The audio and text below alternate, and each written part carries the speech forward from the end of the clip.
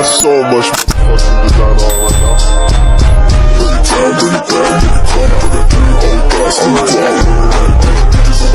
now. Assalamualaikum warahmatullahi wabarakatuh. Shalom, Om Swastiastu, Namo Buddhaya, dan salam kebajikan untuk kita semua. Halo semuanya, saya Vertaliza Putri dari Biologi Universitas Sriwijaya. Saya akan menjelaskan tentang jurnal yang berjudul Perbandingan Metode Sterilisasi untuk Perbanyakan Rubus rossifolius secara in vitro. Jurnal ini ditulis oleh Muhammad Imam Surya dan Lili Ismaini dan dipublikasikan dalam Jurnal Al-Kauniyah, yaitu jurnal biologi dengan volume 14 nomor 1 tahun 2021 pada halaman 127 sampai halaman 137. Adapun latar belakang dari jurnal ini adalah Rubus rossifolius merupakan tanaman raspberry liar yang memiliki potensi untuk dikembangkan sebagai tanaman buah di Indonesia, baik sebagai buah segar maupun bahan baku industri. Namun, pengembangannya masih terkendala pada teknik perbanyakan bibit yang efektif. Salah satu metode yang dapat digunakan adalah perbanyakan secara in vitro melalui teknik kultur jaringan. Teknik ini memiliki keunggulan, yaitu mampu menghasilkan bibit dalam jumlah banyak, seragam, dan dalam waktu relatif singkat. Akan tetapi, keberhasilan kultur jaringan sangat dipengaruhi oleh kondisi eksplan. Eksplan dari lapangan umumnya membawa berbagai kontaminan, bakteri, jamur dan bakteri baik di permukaan maupun di dalam jaringan daripada eksplan yang akan kita gunakan. Kontaminasi ini menjadi penyebab utama kegagalan kultur in vitro, sehingga proses sterilisasi menjadi tahap awal yang sangat penting. Namun, metode sterilisasi yang tepat untuk Rubus rossifolius itu masih sangat terbatas. Maka oleh karena inilah dibahas pada salah satu jurnal yang saya bahas pada berikut ini.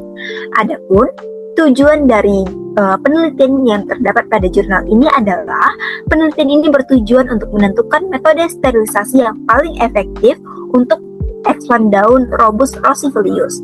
Dengan metode penelitian ini menggunakan metode eksperimen dengan menguji 17 sterilisasi yang berbeda. Eksplan yang digunakan adalah tangkai anak daun Rubus rossifolius yang kemudian ditanam pada media Muracid Enskog atau MS. Kultur dilakukan pada suhu sekitar 20 derajat Celcius dengan fotoperiode selama 16 jam terang dan 8 jam untuk foto periode gelap. Parameter yang diamati meliputi waktu munculnya kontaminasi dan warna eksplan sebagai indikator kualitas jaringan.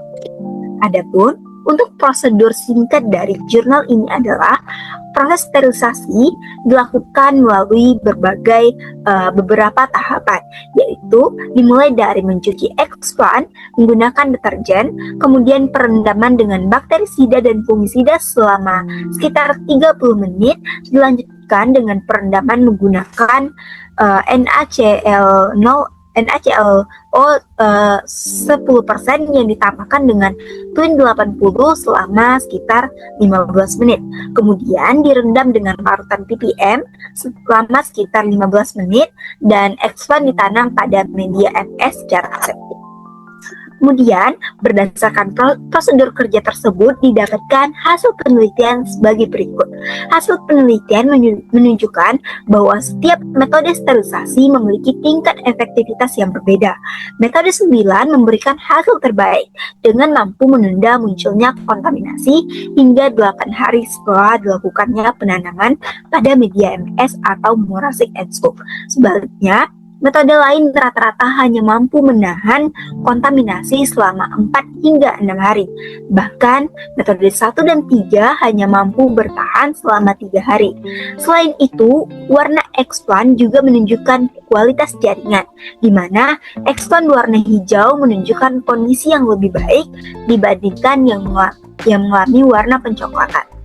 Maka, didapatkan hasil penelitian yang terbaik adalah metode 9 yang terdiri dari kombinasi beberapa tahapan, yaitu pertama, pencucian dengan deterjen, kemudian perendaman bakterisida dan fungisida selama 30 menit, kemudian perendaman dengan NaClO 10% dengan Twin 80 selama sekitar 15 menit, serta perendaman larutan ppm selama kurang lebih 15 menit.